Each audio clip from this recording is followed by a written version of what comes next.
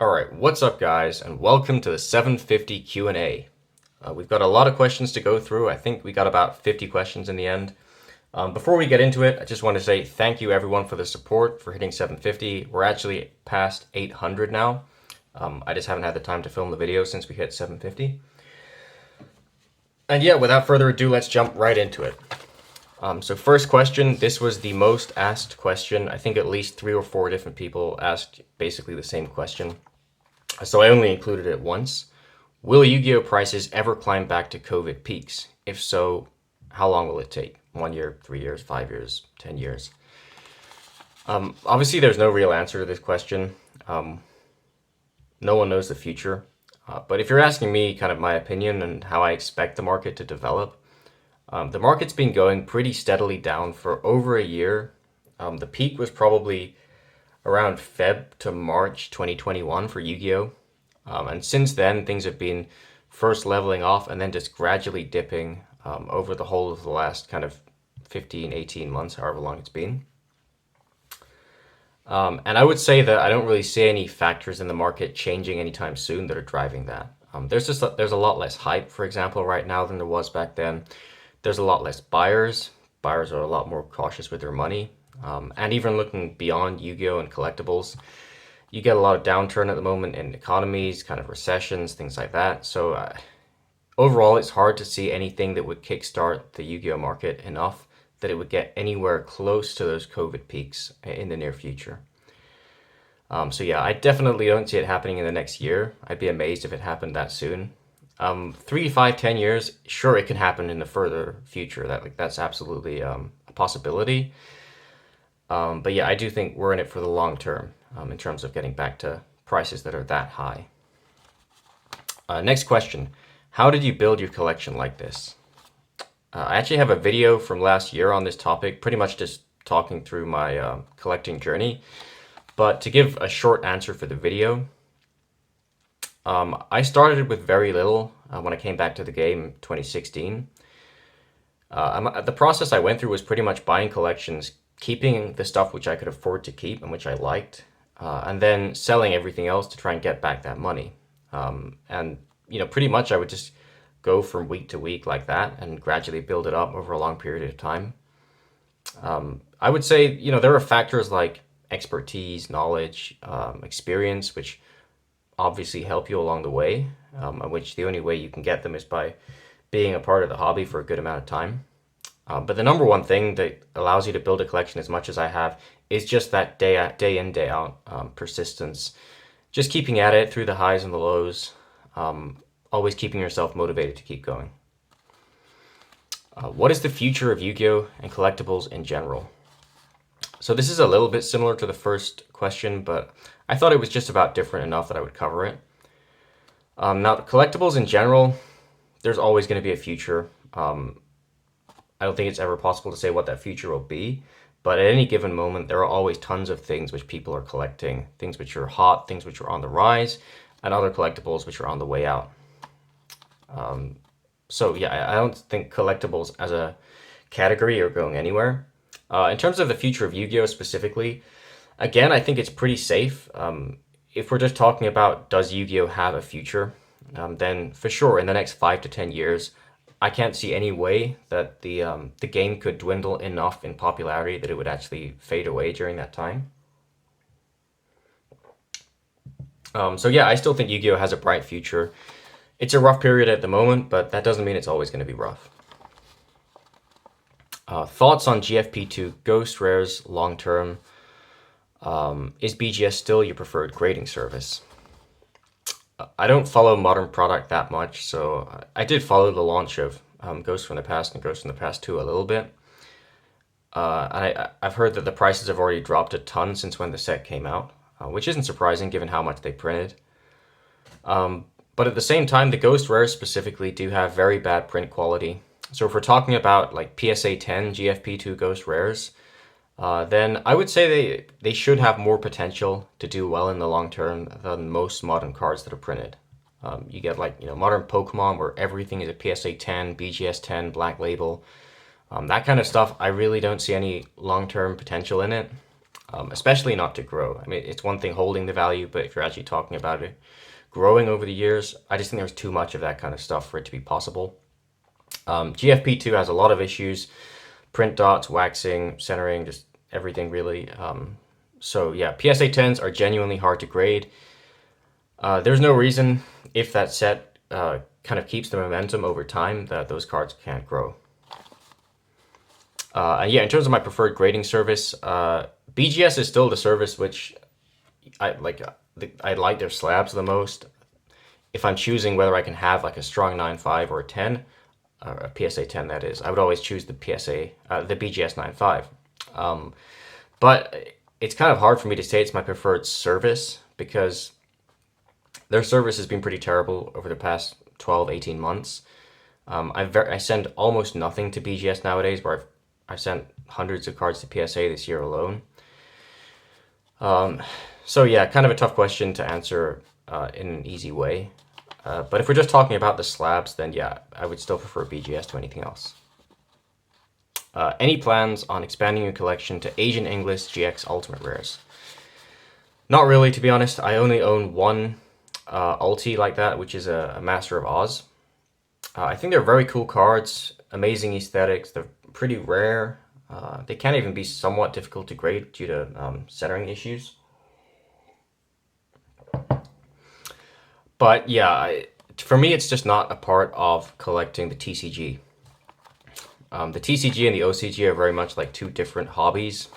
And Asian English cards, even though they're printed in English, they're printed, in the East, in Japan. They're printed for the Eastern market. They were never really distributed here. There's no real nostalgic attachment for me to Asian English cards like there is for North American or European cards. So yeah, I respect them. I think they're great, as I do with a lot of old Japanese cards, volume sets, things like that. But I think I just have enough on my plate already collecting the TCG that, I don't really have any strong urge to go and collect those as well. Thoughts on 5D's secret rares? Pretty broad topic. I think the later sets have just a lot of trash secret rares, stuff like Duelist Revolution secret rares, all that kind of stuff. I'd be surprised if those are ever going to be worth any like crazy amount of money.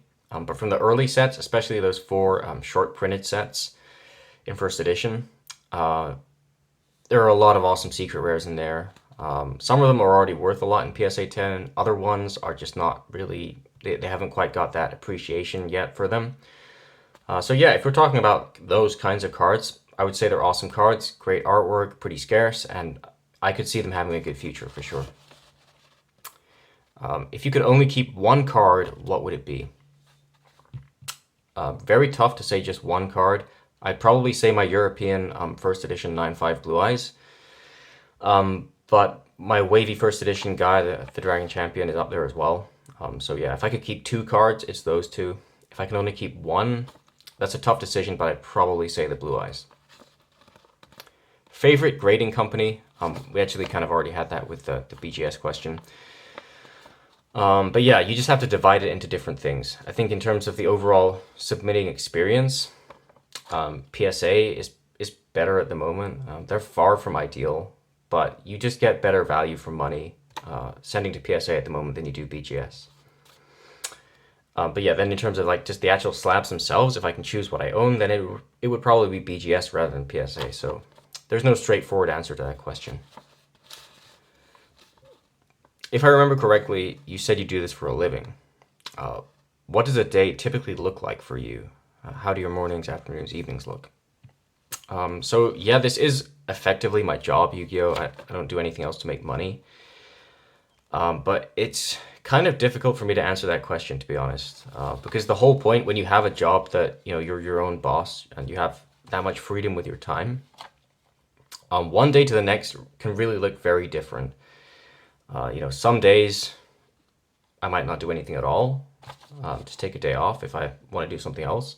Other days I might spend a whole day taking photos of cards. I might spend a whole day sorting out cards for grading. Sometimes I'll even spend a whole day just shipping orders if I've sold a ton of stuff over a weekend, for example, and then, packing it all up on the Monday. So yeah, it's very difficult for me to answer that question, to put it simply. What's your take on PayPal goods and services versus friends and family as a seller? I'm not quite sure what this question's getting at. I mean, if you can choose, you're always going to choose friends and family. That's just kind of obvious. I would say if you're selling things like on a public, in a public format, then it's kind of your responsibility as a seller to at least offer goods and services for the buyer. So you can say that they have to add the fee if you want. I think that's fair enough. But actually refusing to take friends and family, goods and services rather, even if you're a very established seller and you got a lot of references, to me it is just slightly unreasonable business practice, because especially when you've never dealt with someone before and it's like a high value transaction, I just think it's completely fair enough that a buyer would want to pay goods and services, and I don't think it's really fair to tell the buyer that they can't. Best sealed product to open in terms of risk versus reward. This one is a pretty fun question. There are some which just obviously make no sense. Like, for example, if you were going to open a First Ed 36-pack MFC box, your room for profit would be absolutely zero. Best possible pull would be a Dark Paladin Error Art. It's worth like 2-3K as a PSA 10. Box is like 10K, so there's literally no way to make your money back. Aside from that, some are better than others. But yeah, it kind of depends how much risk you want to take. Because usually the safer boxes where there's less room for losing money are also the same boxes where there's less room to make a lot of money. So MRD is probably the safest box to open because it's got great print quality, very consistent pulls. I think the box costs about 5K maybe at the moment. Quite a few of the ultras are like 2K as PSA 10s. So if you can get 2K per ultra, if both your ultras are decent and they get 10s, then you're probably going to break even on the box with the supers and potentially secret rare as well. But at the same time, you're not going to make much profit whatever happens opening MRD. Whereas LOB, you can make a big loss, but then you could also make a big profit if you get Blue Eyes as a 10 or something like that. So yeah, I don't think there's necessarily one product that stands out for me. It can fluctuate with the values of the boxes, and yeah, it just comes down a lot to your budget and how much risk you want to take. What is your personal experience of selling when it comes to Instagram, eBay, different platforms basically? I've never tried selling on PWCC. I don't really see why you would nowadays. They have a very high seller fees. I think it can be even higher than eBay selling fees. You get much lower exposure. I guess the one advantage, if you have no time yourself, is that they do all of the kind of packing and shipping for you. But yeah, aside from that, it's not really something which I would want to look into. eBay versus Instagram is very much a kind of trade-off between the experience as a seller and then how much exposure you get. So if you're choosing where to sell it, you would always choose Instagram. Obviously, you don't really have to pay the same kinds of fees. You get to build more of a personal relationship with the buyer, and it's pretty much just preferable on all fronts. But at the end of the day, you get much lower exposure, and so there's a much lower chance that you're going to find someone who wants to buy your card at the price you're looking to sell it for than on eBay. So yeah, favorite platform would be Instagram, but sometimes it's just not practical, depending on the card you're trying to sell. What's your take on the new eBay vault? Very interesting news that when they said they were going to do that. I haven't fully looked into it. I haven't read the full announcement. I've kind of just seen some people talking about it. It seems like obviously trying to kind of compete with PWCC. They have a bit of a feud with them, so I wouldn't be surprised if that's part of the reason why they decided to do it. But yeah, it is a cool system. I imagine it's very helpful, especially for international buyers, because you just get the option to buy on eBay, keep it in the eBay vault, and you can potentially then even sell it again through the vault without ever having to have it shipped to your international location, wherever that may be. Now, I may be wrong there, but as far as I understand, that's what you can do with it. And that could definitely be a cool feature for a lot of people. Thoughts if PSA started grading sealed? Could this relight a down market? No, I would say no. I think the last problem that the market has at the moment is that PSA is not grading enough things. I mean, there are just millions of PSA slabs coming back all the time, flooding the market. That's a lot of what is bringing the prices down, in my opinion. So I don't really see what them grading more categories of items would do for that kind of a market. They grade booster packs already, so I guess the question meant sealed boxes. And I mean, it could be cool if PSA started grading those kinds of sealed items. But to be honest, I don't think they will. I think it would be a lot of headache because PSA has a guarantee on everything they grade. And I'm just not sure how that would play out with booster boxes. Let's say, imagine you buy a PSA graded, MRD box or whatever. Then you open it and it was resealed. At that point, the box wouldn't be in the PSA case anymore, so it would just be a massive headache in terms of trying to convince PSA that they graded a fake box. You'd have to have like video evidence if you were going to open it. It's a big can of worms. I can fully understand why PSA hasn't done it, and yeah, I don't really expect them to either. Are cards which are VLP and below not worth picking up because value will remain approximately the same? There's definitely a point to this question. Like, gem mint cards tend to hold their value the best. They tend to grow in value the most in a strong market. Whereas raw, LP, VLP, and lower cards tend to drop more easily because there's always more supply. They don't tend to go up quite as much. But I do think this question is kind of phrasing it a bit too strongly. To give you guys some examples, when I started buying LOB first edition, you could get LP Trap Hole first edition for about $1. Even like LP Blue Eyes first edition was less than $200. And both of those now would be a lot more than that if you'd bought them LP. So yeah, you'd probably have made more if you'd bought PSA 10s. But to have that option in the first place, you need to have access to a lot of funds, which most people probably just don't have access to. So I think it's perfectly fair to buy, LP range cards if you don't have enough money to buy 10s, rather than like using your small supply of funds to just buy 1 or 2 10s, and then not get to own any other cards. So yeah, it's kind of a trade-off between, how many cards you can buy within a certain budget.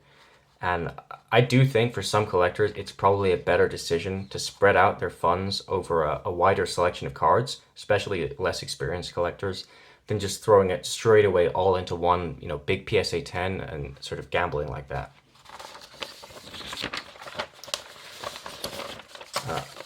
All right.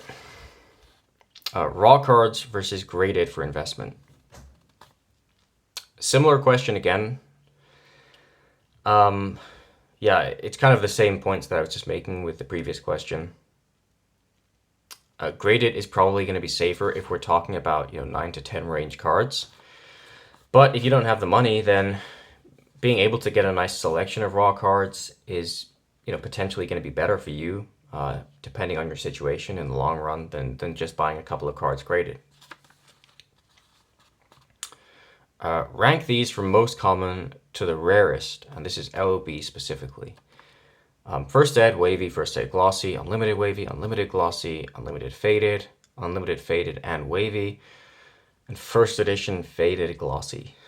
Okay, so the most common would be First Ed Glossy, then First Ed Wavy, then probably Unlimited Wavy and Unlimited Faded separately are about the same. Then I'd say Unlimited Faded plus Wavy and Unlimited Glossy are probably on a similar level. Maybe Faded Wavy is a little bit rarer. It depends how faded you mean, because faded is a spectrum. And then, faded glossy cards, doesn't matter if they're first ed or unlimited, they're pretty much non-existent. So yeah, I'm not sure if I even count that as a category of card, but if I do, then sure, it would be the rarest on that list. Why do you collect Yu-Gi-Oh? It's a pretty good question. I never really think about it like that. I guess you just end up somewhere along the line, becoming part of that world, and then one thing becomes, grows to another, and it kind of spirals out of proportion to what it starts as. In terms of why I have any connection to Yu-Gi-Oh, I mean that would be, I think, similar to most collectors, just to do with being a kid, collecting the cards when they came out, playing them back then. So there is for sure a lot of nostalgia there for the cards, and a lot of sort of experience and just knowledge of them. But yeah, I did completely leave the game about 2011. And in terms of why I came back, it's hard to say. I don't think it really comes down to one moment or another. It's just sort of the people you happen to meet, the way things happen to go along your journey in life that can lead you one way or another. And I'm sure there's another world where I never got back into Yu-Gi-Oh at all, but I'm definitely glad that I did. Does wavy print have a premium compared to glossy? If so, how much? The short answer in first edition, like LOB terms, is yes. But it can vary from pretty much nothing, especially on raw cards, to probably up to, in the current market, maybe like 75% premium on some first ed wavy PSA 10s. Stuff like Guy the Fierce Knight, Red Eyes Black Dragon. Swords of Revealing Light is another one.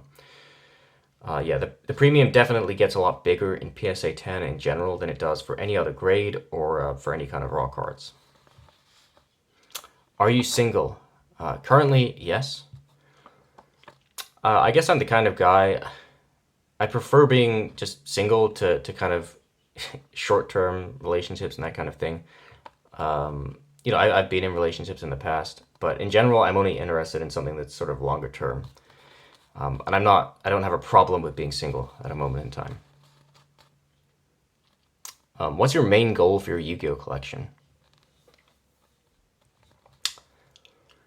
Um, I'd say my main goal changes, to be honest. And that's kind of part of what's kept me able to keep at it for so long, what's given me that kind of longevity, is that I'm always chasing different things.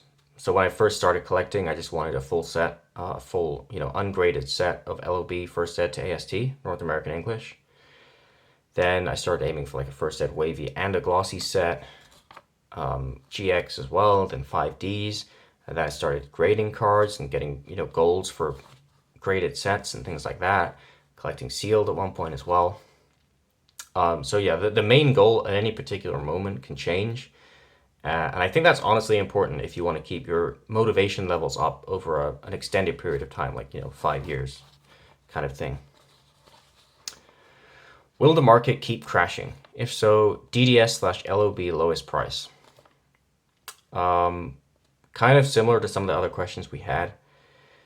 I don't think the market is crashing right now. I think that's a slightly, melodramatic term. It's going down, sure, but like in general, most cards really aren't dropping that much. There's still a lot of buyers out there. If you're willing to sell it for the right price, you can absolutely, get stuff sold. But having said that, yeah, I do think it can still go down lower. I'm not going to give a number for DDS or LOB lowest price because I think it's a bit of a silly concept to have. Like, no one can say what the lowest price is going to be. And, anyone who says that they do know what it is just making it up, basically. There's some prices that obviously they're not going to go below. Like, there's no way DDS is ever going to be under 1K for a PSA 10. But yeah, beyond that, I don't think there's much you can say that's helpful. I'd be surprised if DDS went below 5K. I'd be surprised if LOB went below, let's say, 20K on a glossy and like 40 or maybe 30K on a wavy PSA 10. But it could happen. Anything can happen at the end of the day. What do you think about Dark Magician Arcana PSA 10? I think it's an unfortunate card, to be honest. I think it had a lot of potential if they'd, put it in an early set or made it some kind of rarer promo or something like that. But yeah, as it is, the options are like, what, YGLD in English, first ed. You got the P4 Japanese, which was printed to Oblivion as well as the original OCG print. Both of them are nice cards. They're fun to have on your wall, great kind of aesthetics. But in terms of the actual price, neither of them are that hard to grade. Neither of them are scarce at all if we're talking about raw cards. So I find it hard to see them growing that much. What is your grail in Yu-Gi-Oh? For me personally, it's probably my Wavy Gaia first edition, Gaia the Dragon Champion. Just an insane level of rarity to begin with. It's the only copy ever, publicly seen in any kind of condition like that. And just beyond that as well, it has a lot of history for me. I think if you're joining the hobby nowadays, it's probably nothing that special. But if you're around back in the day when people didn't think Wavy Gaia existed, and it was kind of like a meme saying, oh, I've seen a Wavy Gaia, that kind of thing. Yeah, it was just an amazing moment when that card actually surfaced and I was actually able to pick it up myself. And so for that reason, that's what I would say. But I wouldn't expect other people to consider that the grail in the hobby by any means.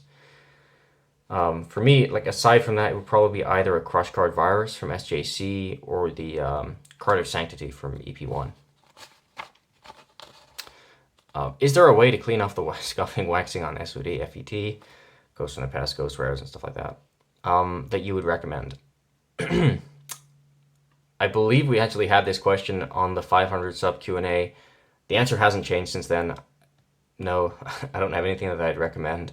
I do see people always trying new things. There's some kind of goop goo product or something that I saw a while back.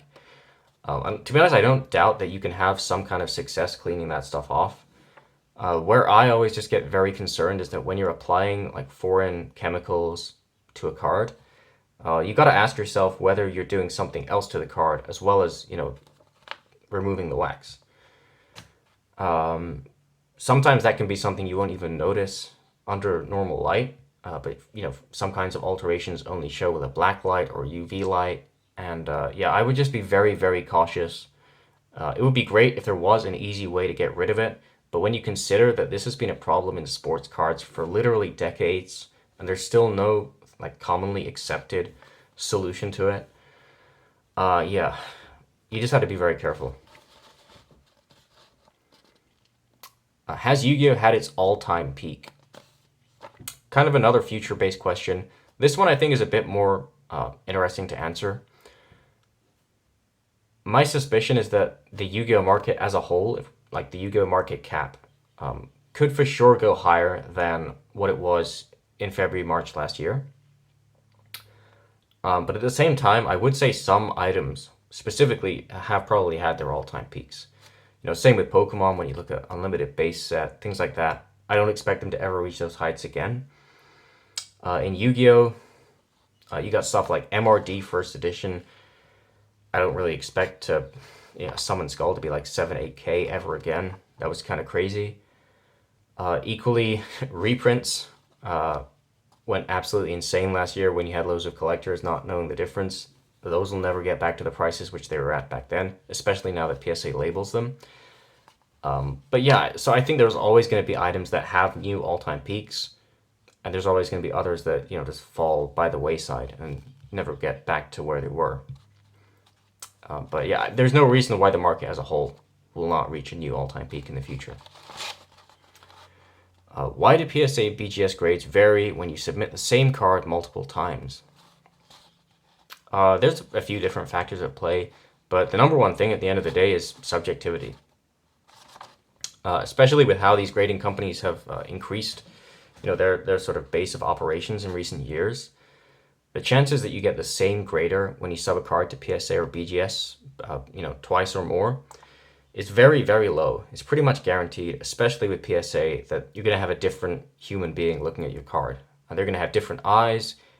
They're going to be in a different mood that day to the previous one. There's just so many things that can affect it. Different service tier, the experience of the grader.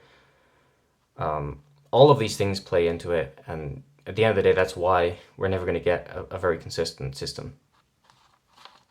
Yeah, that's pretty much everything I have to say on that one. Did they make glossy print cards for Star Deck Kyber and Yugi in Unlimited? Very easy question. Yes, they did. They are very rare. I'd say they're probably less than 1% of the overall print run for Unlimited. But yes, they did make glossy Unlimited SDK. Most overhyped card. Honestly, I don't know if I have an answer to that at the moment. If you'd asked me a year ago or, 18 months ago, most overhyped card, I could have given you a ton of stuff that was overhyped. Unlimited LOB Blue Eyes was like 2K for a PSA 9, and even reprints would sell for that much. That was insane. To put it in context, it's like $300 now, so it's lost pretty close to 90% of its value. Was that like 85%? There were some set cards that were going very high for their pops, like Blue Eyes 2 and Dragon was, I believe, 4K plus at one point, despite being like pop 150 and growing all the time. That one's come down a lot. Again, I mentioned MRD already, but I thought a lot of that was overhyped about a year ago. But yeah, the market coming down this much, the general hype for the hobby cooling off as much as it has during the past 12 months, it means that pretty much anything that was overhyped has died. The hype has faded away, and the cards have come back down to earth. So if you're asking me what's overhyped right now, I'm honestly not sure what I would say. Modern stuff like Ghost from the Past 2 can still be overhyped at the time of release, so there may well be other stuff that's coming out at the moment that's in the same kind of boat. But yeah, I don't follow it closely enough to be able to give an answer there. How small, big is your PP? There's always going to be a one question like this in a Q&A, folks. I would say you're looking at something between, let's say, a giant red sea snake and a twin long rods. Just picture the median between those two cards, and that's my answer. How much does a fade add to the value of a card? Depends how faded the card is the short answer. If it's only mildly faded, it probably doesn't add anything. If it's like super, super faded, 90% of the magenta is gone, then it can add a lot of value. The paradoxic thing with faded cards is that it kind of adds more value the lower end the card is. So like a first ed PSA 9 Blue Eyes or something, if it's faded, like super, super faded, is going to be worth more than a regular wavy copy. It's probably going to be worth 50 to 100% more. But if you had like an unlimited played non-wavy Blue Eyes that would normally be worth maybe 20, $30, and it was faded like that, that would be worth like 400 or 500, which is, like a 1,000+% premium. So it's kind of, paradoxical, like I said, how the lower end the card, the worse the condition, actually the more the fade adds as a percentage. But yeah, you can definitely look at a big premium on a card if it's got a high level of fade to it. Why are BGS cards so damn hard to sell? Fair enough question. I had a BGS 9.5 Honest. I actually sold it just before filming this video, but that was up for sale for like 12 months, I want to say, something like that. So yeah, it can take a long time if you don't get lucky with a buyer kind of straight away. It's not rocket science, to be honest. A, we're in a down market, so everything is harder to sell. But B, BGS has a much smaller base of buyers than PSA. It just is what it is. There are still going to be buyers out there for the majority of cards. And some cards especially are pretty much as easy to shift in a BGS case as a PSA case. But a lot of stuff is going to be a lot harder to shift. You're going to have to be patient if you want to get it sold for a good price. And I would never recommend auctioning BGS cards, to be honest, in any market, but definitely not in a market like this. Current objective for your collection. We kind of had, we had that question earlier, like my main goal. I guess this is more specifically focused on the present. And to be honest, at the moment, I would say I don't have a very specific goal. I've kind of completed a lot of sets in recent times. And so right now I'm more at one of those loose ends where I'm sort of, I guess, looking for things to collect. But I'm happy to take it as it goes. I've still been buying collections, grading stuff, selling stuff. And I'm sure something else will come along that I'll want to focus on, sooner or later. Most underrated plus most overrated classic set. This is another question that would have been a lot easier a year ago. I would have said MRD most overrated, and most underrated maybe like Ancient Sanctuary. But now that we're in this market where everything's just crashed, like it's hard for me to say even MRD is overrated anymore because the PSA 10s are down to like 30% of what they were a year ago.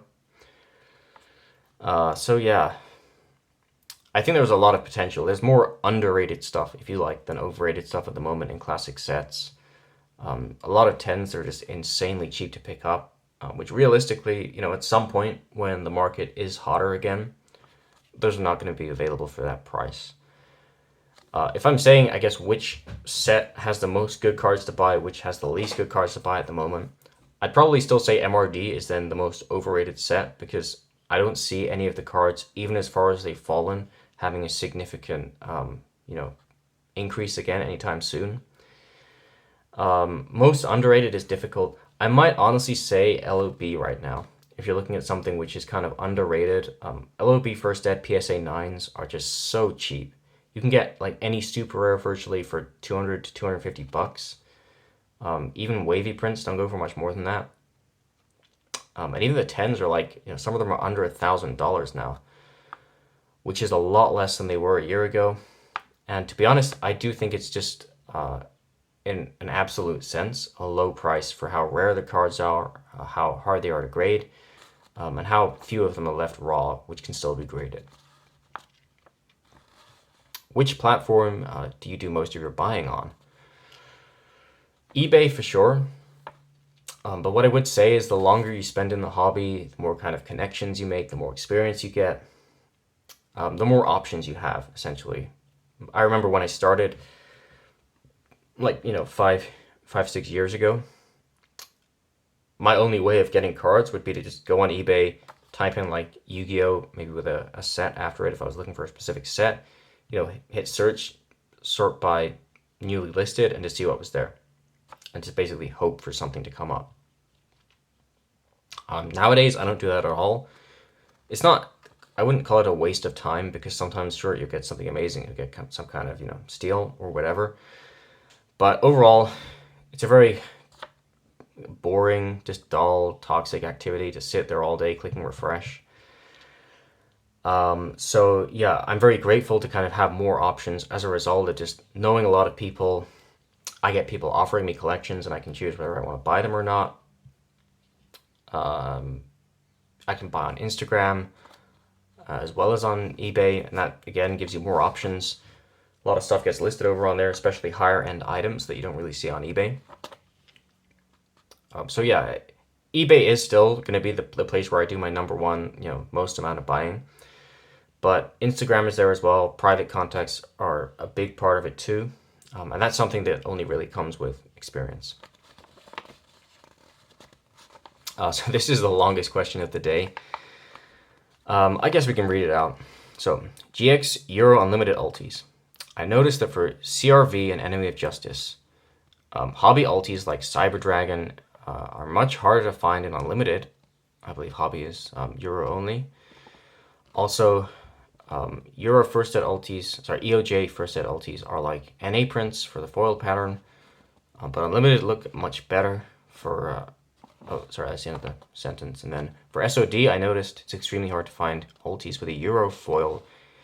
Even Unlimited have foils similar to North American. Could you do a talk about this topic? So to be honest, this is definitely too much to answer in one, slot of this video. But the short answer is there's a lot of cool stuff which has been alluded to in this question. Yes, so Hobby Unlimited ultis are European only. The only exceptions are RDS and FET. Possibly actually only FET. On Solo Duelist as well. And then the Lost Millennium is kind of complex too. But they didn't release any Hobby Unlimited Ultimates in America. Now, in terms of all the questions about foil patterns, there is a lot of interesting stuff to talk about with Unlimited Ultimate Rares from GX, especially from CRV onwards. There's a lot of different variants. it's definitely true that some Unlimited Ultimates like Cyber Dragon is probably the number one most famous at this point.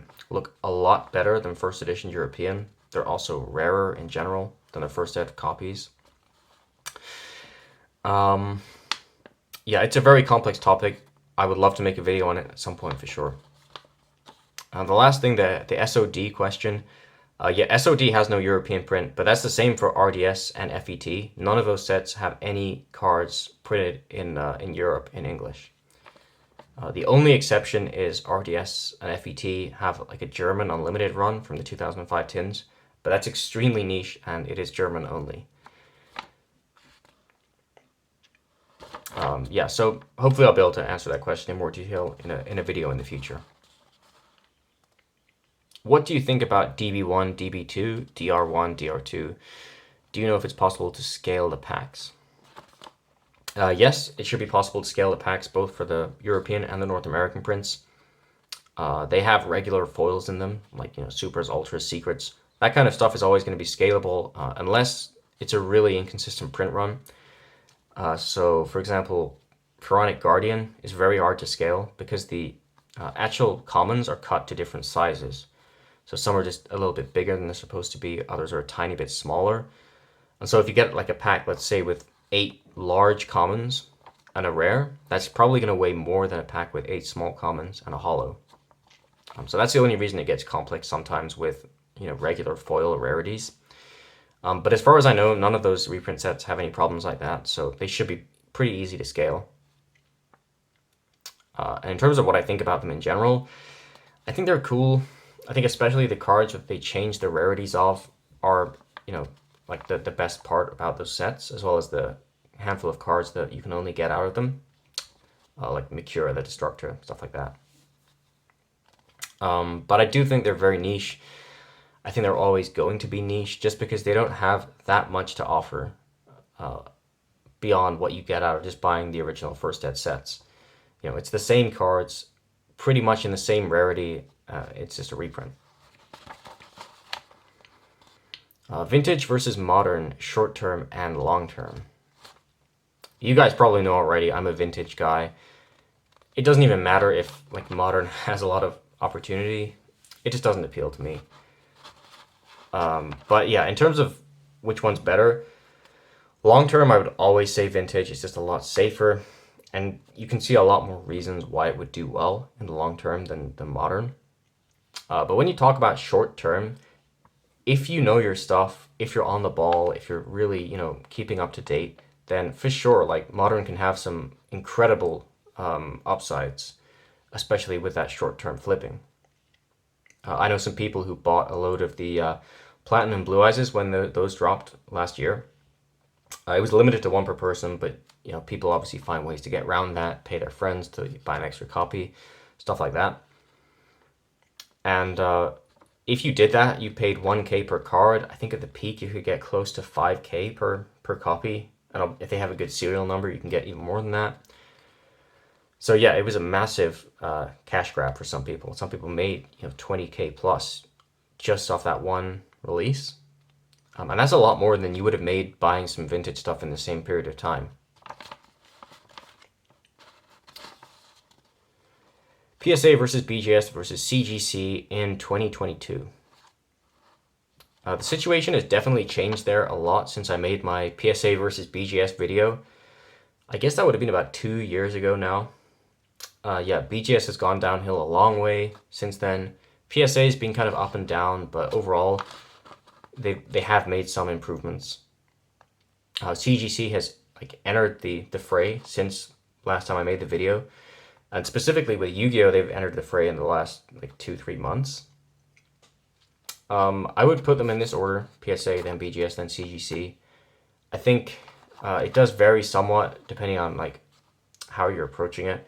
So if you're saying where should I send my cards, just with the intention of selling them and getting the best value, that's going to be PSA for sure. If you're saying where should I buy my graded cards, if you're buying them ready graded on eBay or something, honestly, I think BGS presents the best value by far. Most BGS 9.5s you can find are genuinely really nice quality cards. Clean corners and edges. Centering can vary a bit if it's like a 9 subgrade, but that's an easy thing to vet when you're looking at the listing pictures. In terms of the condition, it's pretty rare to buy a BGS 9.5 or above and be significantly disappointed. I'd say it's rarer than buying a PSA 10 and having the same experience. And they cost a fraction of the price. So yeah, it depends what exactly your outlook is and what exactly your intentions are approaching those companies. But there's reasons why you would go for all of them. CGC is the cheapest to submit to, and they have a pretty smooth service, quick turnaround time. PSA gives you the best value in terms of selling, and BGS gives you the best value in terms of buying. Thoughts on old certs, new certs, grading conspiracy theories? I can't remember if we had this question last time. We might have had it in the 500 sub Q&A as well. There are a crazy number of conspiracy theories out there. Some of them are more plausible than others. In general, the whole new cert, old cert, 63 cert, 49 cert, all this stuff, it's very tedious. It's kind of crazy to me that it goes on for so long, and the people who make the argument never realize that there's just very little to it. But I wouldn't go as far as to say that it's like completely invalid, especially when you look at really, really old certs for like Pokemon cards, like the 0 certs and the 1 certs. The majority of cards that come up on eBay with those certs do look terrible. They have tons of edgeware and stuff, even though they're PSA 10s. So I think there was probably a point in time where PSA didn't take like Yu-Gi-Oh cards or Pokemon cards seriously. They didn't hire any experts, and so they probably let a lot more stuff through than they would nowadays. But when you're comparing like a 2 cert to a 4 cert to a 6 cert, honestly, you're never going to learn anything just by looking at the cert number. Look at the pictures, buy the card, not the grade. And I guess you kind of have to expand that phrase nowadays to say buy the card, not the grade or the cert, because only the card is going to tell you whether you're getting a good kind of good product or not. When do you think you're going to do a face reveal, or have you already done one? No, I haven't done one. For me, I don't really think of it in terms of when am I going to do a face reveal. Like, it's not that there's any reason that I specifically wouldn't do a face reveal. It's just simply that in order for me to be able to film these videos as I do, and then add a face camera as well, it's going to make it more time consuming to set up the videos, a lot more time consuming to edit them, because at the moment I don't do any editing at all. I just sit down, film the video, upload it to YouTube, and that's that. So if I'm having to edit together multiple pieces of footage, there's processing time, everything like that. Obviously, it's a good thing to do for content on YouTube. It's going to get you better ratings. It's going to help your channel grow. But for me personally, in the situation that I'm in, I have very little time for YouTube already. And so I really feel like the best way to use that time when I have it is just to sit down and film some content for you guys, rather than, spending 90% of that time editing and, putting together multiple streams of footage and special effects and things like that. I'm not saying there's anything wrong with doing that. It's just, I don't think it makes sense, given how little time I have for YouTube in the first place, for me to post even less content just in return for it being, edited with some fancy face cams and stuff. Would you do a dedicated video on misprints, foil shifts, gold letter secrets, etc.? Sure, there's no reason why I wouldn't. But the only thing I'd say is that this question makes it sound like, it's just like a one single topic, misprints. Misprints are insanely diverse. There's test prints. There's, other categories of misprints and miscuts, and then foil shifts, sure, is another one, name shifts. And there's a huge amount of stuff to be discussed in terms of how to tell whether they're real or not, how to tell whether they would add value or not. It's just a lot too much to put into one video. And I don't really identify as a misprint collector. I find them fascinating. I think they're awesome. I have a lot of respect for misprint collectors. And I also find misprints very interesting. I have learned a lot about them over the years, even if I haven't collected them that much. So for sure, it's an option at some point to look into making some videos on that. Variations like Reverse Secrets, Faded, Wavy, Unlimited have gone up in recent times. Do you expect that trend to continue? More or less, I would say yes. When you're looking at these sorts of variations, the main draw that they have for collectors, I think, is A, that they're kind of new or newer in the hobby, so you kind of feel like you're doing something that hasn't been done before. But above all, it comes down to the fact that they're just a lot scarcer. Wavy Unlimited is a lot rarer than First Ed LOB. And it costs less. So I can fully see why people kind of gravitate towards it. It's a very cool thing to collect. Same with Reverse Secrets. With those, it varies by set and even by individual secret how rare they are. But I'm sure all of them are probably rarer than a first edition copy, or at least close to that level of rarity. So I think they have that advantage. And especially in a market like this where all of the mainstream stuff is just dropping and dropping and dropping, it for sure drives people towards more niche stuff, stuff which hasn't really been explored before, and stuff which is scarcer, and there's not as much of it available on the market. And the final question, do you collect anything other than Yu-Gi-Oh? Wait, let me just check. Is this... Yeah, there was nothing on the other page. Pretty much no, to be honest. My philosophy in collecting is you want to make the most of what you have.